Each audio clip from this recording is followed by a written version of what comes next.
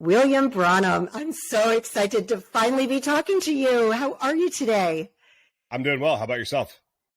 I'm great. So much better now that I'm speaking with you. So you are a retired Navy SEAL, 26 years in service. Thank you so much for your service. That is absolutely incredible. And for those of you that are just listening, is this your logo, Get Naked? Because I love that. He's wearing a t-shirt that says Get Naked. It is. You're the founder of Naked Warrior Recovery. Exactly. Yep. Perfect. Right. All right. So tell us about that. And where did the Get Naked come from? So Naked Warrior Recovery, there's a lot behind it. I'm not even sure where to start. So, because you went straight for the jugular. Let's see. Naked Warrior Recovery is primarily a CBD company that I started after I retired from the SEAL teams. So I spent 26 years in the SEAL teams, and when I retired, I felt like I don't know if you've ever seen the Avengers movie where Thanos snaps his fingers and half the world's population vanishes. Well, that's the way I felt when I left the military. I have some baggage. Some of it's from occupational hazards, and some of it's from maybe not so awesome relationships that I've been a part of. And so I had a lot of noise in my head that I was just completely out of my control. And I was using alcohol as my medicine to kind of turn down that noise or dull that noise out. And then back in 2019, I had heard about CBD while I was still in the military. I retired in 2018. And, but I was like, while I was in, I was like, I probably shouldn't try CBD because it's, an illicit substance. It comes from marijuana, things like that, which I don't have a problem with any of, marijuana or anything like that. Although I've never used marijuana.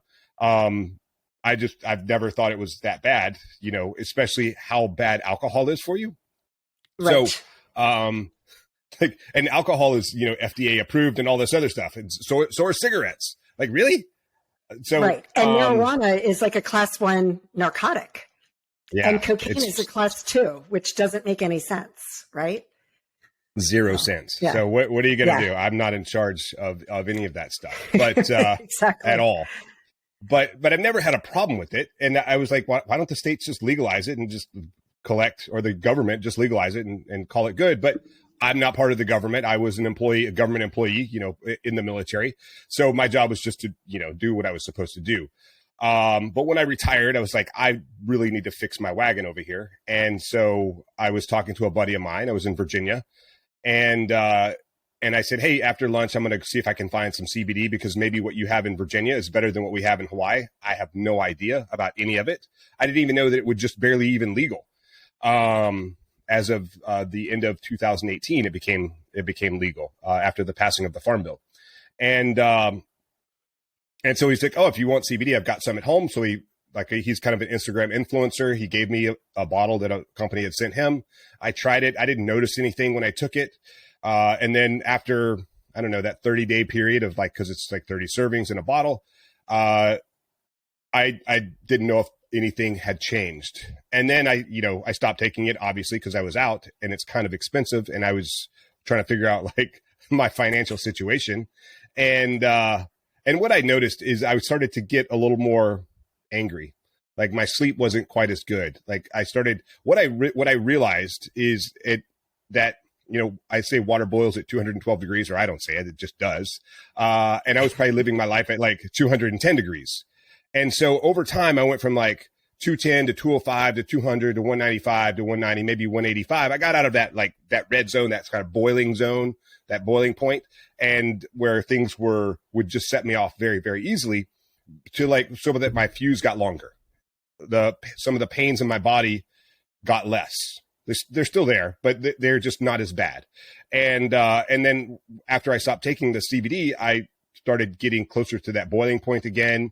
And some of those pains that I had forgotten about started coming back more. The pain was a little sharper. I'm like, what? Oh, maybe. And I was like, well, maybe it was the CBD. Maybe it wasn't. I don't know. So I tried a different brand, and I had similar results. So now I'm like, oh, maybe CBD is my new mission. When I retired from the military, I felt like I'd, kind of lost everything. I lost my purpose, I lost my mission, and I lost my team. And so now I'm like wondering, and it's what I've done my entire adult life. I've been surrounded by awesome people with an awesome mission, with an awesome team, and an awesome purpose. And now I have nothing, completely lost. And so I'm thinking like maybe CBD is where I need to be. And I went to this business conference, and I met a girl in the CBD industry. And I said, I tracked her down after the conference was over. And I was like, hey, you're the CBD girl, right? And she was like, yeah. And I'm like, I really want to do CBD. I'm thinking like, she's going to hire me. I'm going to be an asset to the team. I'm going to learn about CBD. I'm going to help sell it, blah, blah, whatever. And she was like, so do you want to do A to B, B to B, or B to C? And I was like, I don't know what those letters mean. I want to do C, B, D. And she said, okay, awesome. Why don't you just start your own CBD company? And I'm like, I don't know how to do that. And she said, you are a Navy SEAL. You can figure it out. So I asked her politely for my man card back. And she gave it back to me, and I started researching CBD. I actually Googled how to start a CBD company, because like this random person had more confidence in me starting a company than I did it in my own self, which was kind of cool, and it kind of pushed me in the right direction. And so I Googled how to start a CBD company. I started Naked Warrior Recovery, but I was like, there were a lot of hey kitty. Cat is playing with power cords. Not cool. So there were a couple of different names I was, kind of going with, and everything had to do something with being in the SEAL teams. And so, if you've ever seen the movie Saving Private Ryan, where that first 20 minutes, that assault on Normandy, well, prior to that assault on Normandy, the Navy went out and got a bunch of guys that could swim, and they knew demolitions. And those guys went out and they did reconnaissance of the beach. And then right before that assault on the beach, they swam back in, put demolition charges on all the obstacles.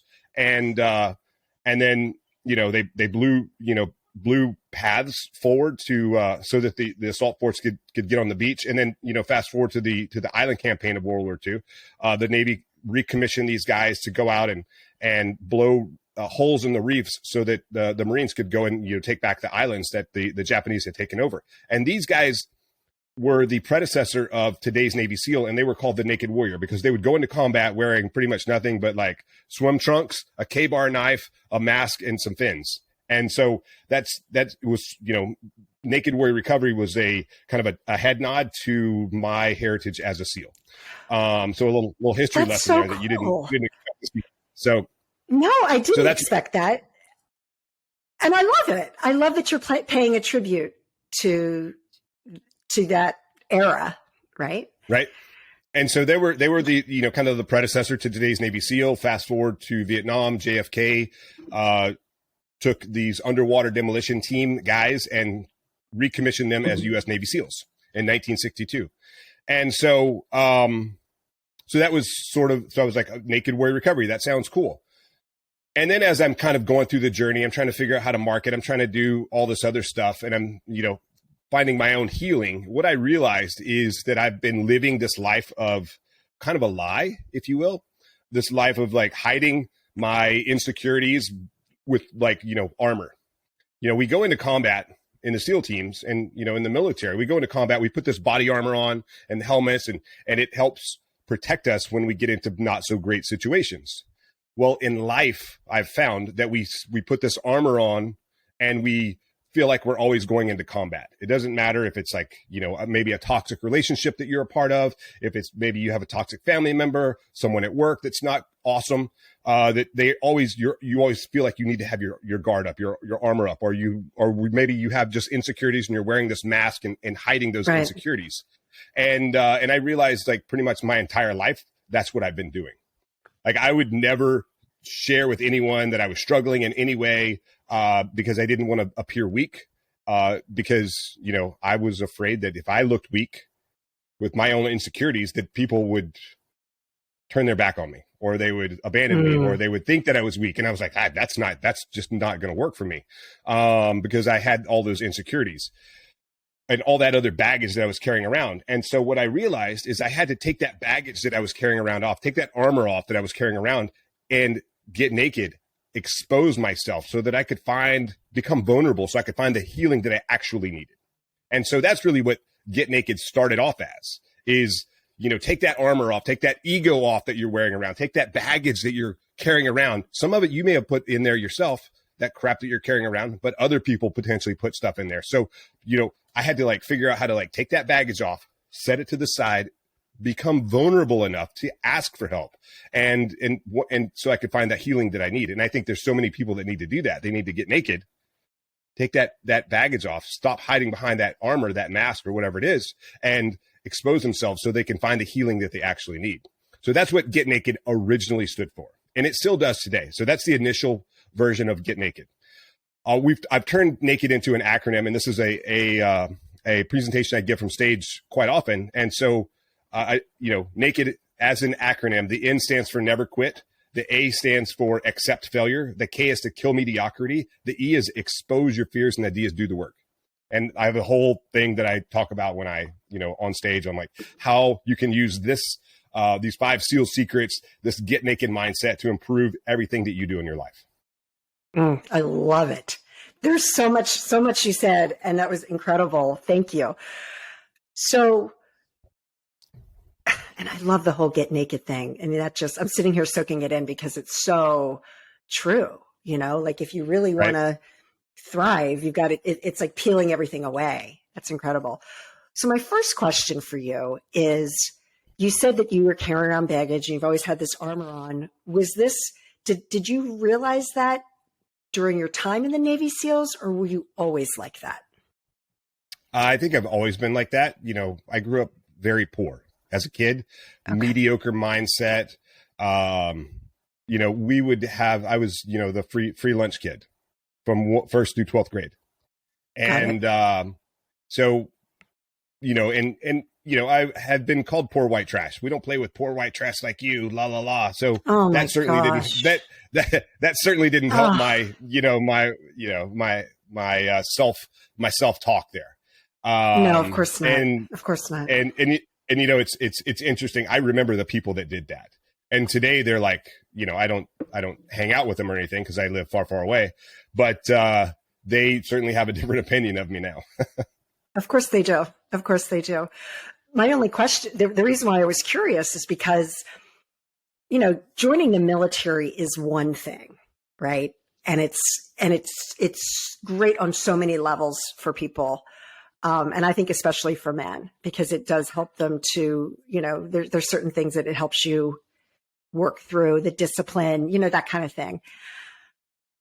But going to be a Navy SEAL, it's like, what is the mindset that drives someone that wants to be a Navy SEAL? Because to me, I mean, I know obviously, if you're a tough guy, like, oh, that sounds really cool, but holy cow. I mean, just the training in and of itself is crazy ridiculous. So what was the mindset that why you wanted to do that? And again, thank you so much for your service, because we generally need people like you who are willing to really risk their lives and put themselves on the line.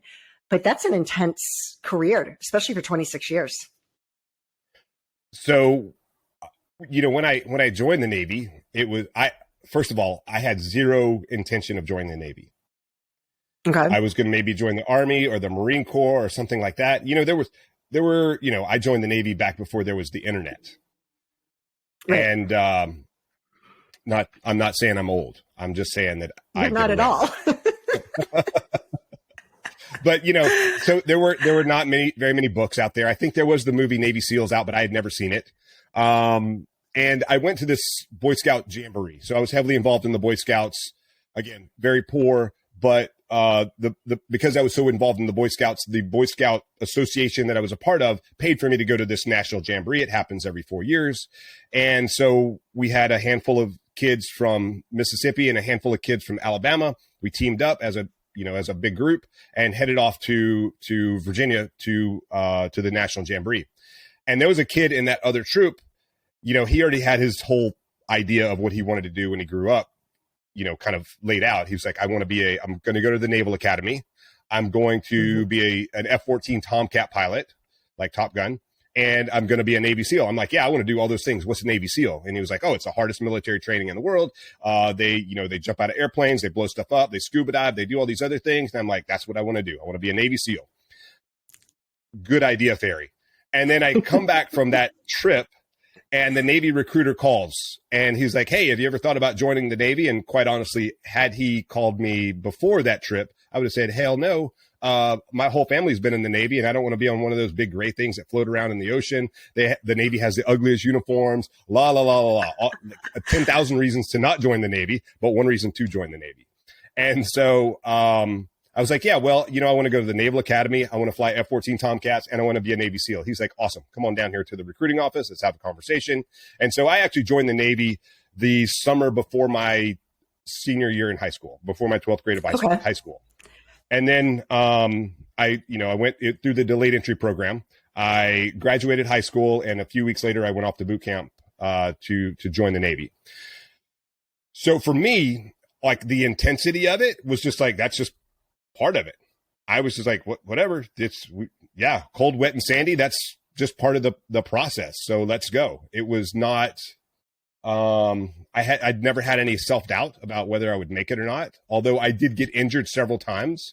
I did fail the physical fitness test the first time I took it. Actually, the first 2 times I took it. And it took me 3 years to get to SEAL training. But once I got there and I got hurt a couple of times, I was still like, I'm not leaving. you can't kick me out. I'm not quitting. There's nothing that I'm going to do. And so eventually I graduated, and I made my way to the SEAL teams. And I made an error. And so the D in do the work is something that I talk about. So I thought when I graduated SEAL training, the hardest military training in the world, that once I got to the SEAL team, it would be easier. Mm-hmm. And they're not out there like making you get wet and sandy and run around in the ocean and, lay there and suffer. But it is actually harder in the SEAL teams than it is in SEAL training. Because I have been on missions, I've been on operations, I've been on training missions even that were 10 times harder in the teams than they were, in training. Because in training, all you have to do is, just get to the end of this evolution. It's going to end at some point soon. I've been on missions where I'm like, I don't know when this is going to end. We would go out for like a few hours, and we're still out doing combat operations 2 weeks later. And oh my goodness.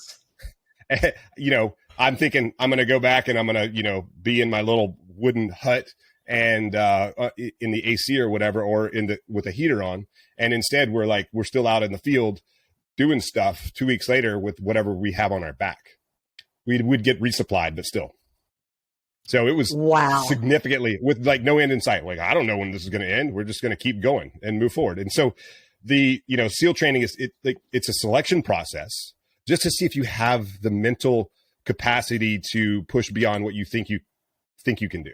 And then when you get to the SEAL teams, you actually apply that in real life. Right. And like for me, I think the most difficult thing I've ever done from a physical perspective, because I'm a gold medalist in ice dancing. I used to do triple jumps 30 years ago, all that was hard, but I ran the Marine Corps Marathon. And that was by far the hardest thing I've ever done. And I use it as an analogy for myself. When I think that something seems too hard, I'm like, you got this. You ran a marathon. I ran for almost 5 hours nonstop. I didn't walk and run. I ran for 5 hours, just under 5 hours, which is crazy, right? Like he runs for 5 hours, right? But you can use that because now, I mean, William, you can accomplish anything. And right? Yeah. Like you went through that. Like, you got this. So from a mindset and it's interesting. I still have self-doubt sometimes. Like, I don't, of course. I mean, it's interesting. I'm more, I was talking to my wife about this. I have more confidence now than I did in the SEAL teams, just because I know in the military, they're still structured in a certain way that, there's still some known about it. In this world of entrepreneurship that I'm a part of, I have Naked Warrior Recovery, but I also, I speak from stage. I do coaching for businesses, for individuals, and leadership mindset, some fitness stuff. But there was no one to like tell me how to do this before. Right. I have hired coaches, and I've because I'm like, I needed to collapse time to figure out how to do this more quickly. And still, I was like, I still don't know how to do it. And you only get paid when you deliver a product or a service or whatever it is. So a lot of like unknowns there that don't really help when you're not that confident in yourself. But as I've gone further along in time and been brave enough to ask for help, I have actually created more confidence in my own self.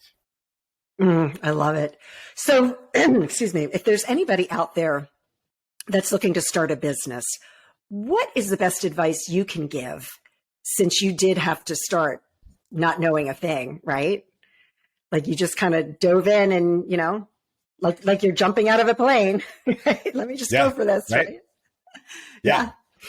I would say you make a plan. So I have a sort of a process that I teach, and I call it 5 SEAL secrets to generally life transitions, because we all go through life transitions. We all go through these transitions in life, whether you're getting married or divorced, or you have a baby, or you have a death in the family, or there's a global pandemic where the whole world shuts down, or there's all sorts of like there are transitions that happen to you every single day. I know people have been they show up for a meeting for the company that they're working for.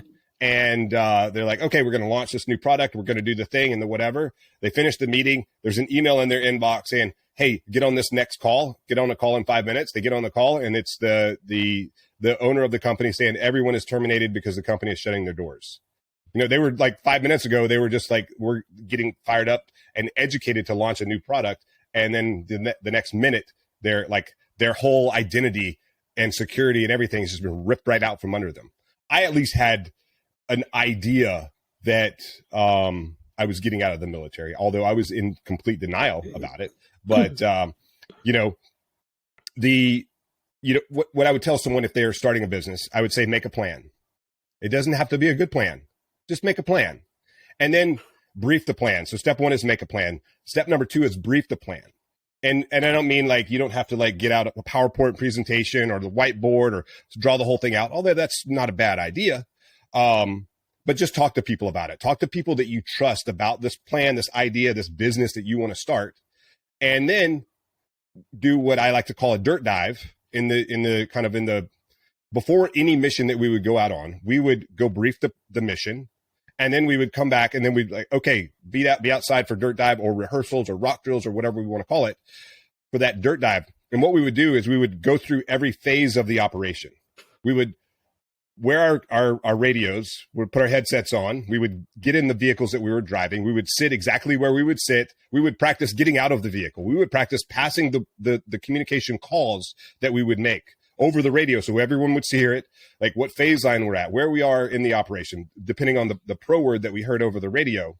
And then we would practice getting out of the vehicle to walk to the target, the rest of the way to the target. We would practice getting a head count on the target, because things can get chaotic at night, on night vision.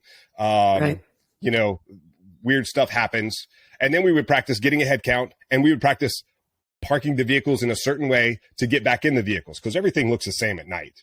Everyone looks the same. You got like dudes with guns and body armor and helmets and night vision goggles. And, when you work with someone long enough, you understand what they look like at night without actually seeing them. You see how they walk and like, oh yeah, that's Joe, right, or that's Tom or whatever. And, right. And so that piece is easy, but the little pieces, these little transitions are hard. So we practice going through these transitions, this dirt dive, and then we go execute. And then after we execute the mission, we come back and we do what we call an after action review. We go over what went right, what went wrong, how can we fix it, and then we plan for the next thing. So I would say make a plan, brief the plan, practice the plan, do the dirt dive, and then just execute. And part of that brief the plan, maybe you go get a coach to help you collapse time, like I talked about before. You find someone who's done something that you've done like that before. You hire them, you pay them money and say, hey, can you teach me how to do this? And they'll teach you how they did it, how they were successful. And then you take their lessons learned, because that after action, they already have this plan, brief, dirt dive, execute, AAR, like that loop. They have that's done. They've done that 1,000 times. So you go hire them, give them money, save yourself so much headache and pain and whatever. And then you're 5 years, 10 years ahead of where they were when they started. So it just shortens your timeline to be successful. That is such amazing advice. Thank you so much. And we're almost out of time, but is there anything else that we haven't talked about that you would like to share with the audience before we finish up? Oh my gosh. I have so many things I can talk about. I know. We could do this for hours, but I'm not Joe Rogan. So, you could be. You certainly can be. I'm not yet, but I will be. Well, you certainly can be. Let's see. One of the things I like to end shows on are, if you're stuck in life, it doesn't matter what you're doing. If you're kind of stuck, and all the gurus say, just keep pivoting, keep iterating, keep trying to get better. And I say that's if you do that enough, okay, sure, you'll eventually get there. But what I like to say, if you're just continually stuck, make a bold adjustment. Do something radical that's completely, it may even seem like it's the wrong thing to do. And the reason that I say that, I've got a couple of examples, is so when I was a sniper instructor, and when I would be back in the SEAL platoons, and I would even see this at sniper school with some of the students, they would be sighting in their brand new rifles, or maybe the platoon, some of the leadership that had maybe skipped, like had been sitting behind a desk and they haven't used their gun for a long time, and they come back and they're back in the platoon and they're trying to sight in their gun, and they're like, just keep making like 2 or 3 clicks on their optic, and it's just the impacts aren't moving on the target. So I'll come over, and I've seen it 1,000 times. I'll come over and I'll say, can I see your gun? And I'll just make these ridiculous, unrealistic adjustments, just like crank. And they're like, dude, you probably just broke my optic. I'm like, you're probably right, but why don't you just humor me and just go ahead and take a couple of shots. And they'll shoot their 3-round group, and the impacts will move across the paper, but actually much closer to the bullseye than where they were when they were just doing like smaller adjustments, and like they're trying to walk it in. They've got like 30 rounds, and like it's just a group that's not any closer to the impact, to the bullseye. And I come over and I do these unrealistic, just bold adjustments to their optics, and their impacts move across the paper, but very close to the bullseye. And so then they can kind of walk their impacts in. In life, we do the same thing. I remember hearing Tim Ferriss talk about doing the opposite of what was right. So for him, when he first started off, he was like in like software sales or cloud sales or something like that. Before he was, interviewing, people on his podcast, is he would, he was trying to do sales, and there was always a gatekeeper. Like the secretary was always the gatekeeper. And he's like, well, what if I just call from 5 a.m. till 7 a.m. and then I call again from like 6 p.m. till 8 p.m. when the gatekeeper is not there, but the owner of the company is there, the actual decision maker. So he did things that were radically different, and he found success in that. So what I like to say, how I'd like to kind of close it up, is if you're stuck in life, do something bold, do something crazy that just doesn't seem right. That definitely scares the crap out of you. Like get naked. I was like, I don't know if I can do that. And because it's a pretty radical idea.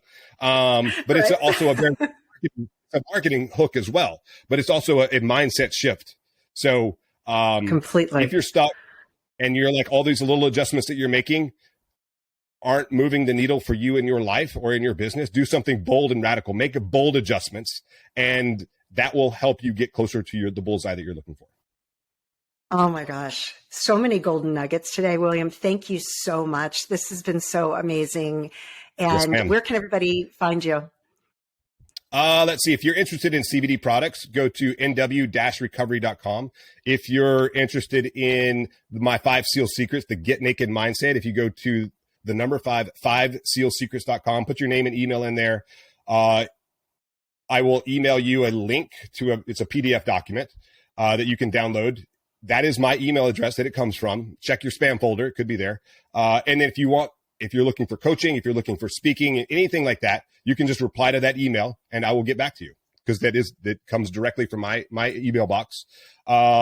And, I'm on social media, I think Instagram, william.r.branum, or Naked Warrior Recovery, or I'm on LinkedIn and Facebook. I don't know those things, but they're out there.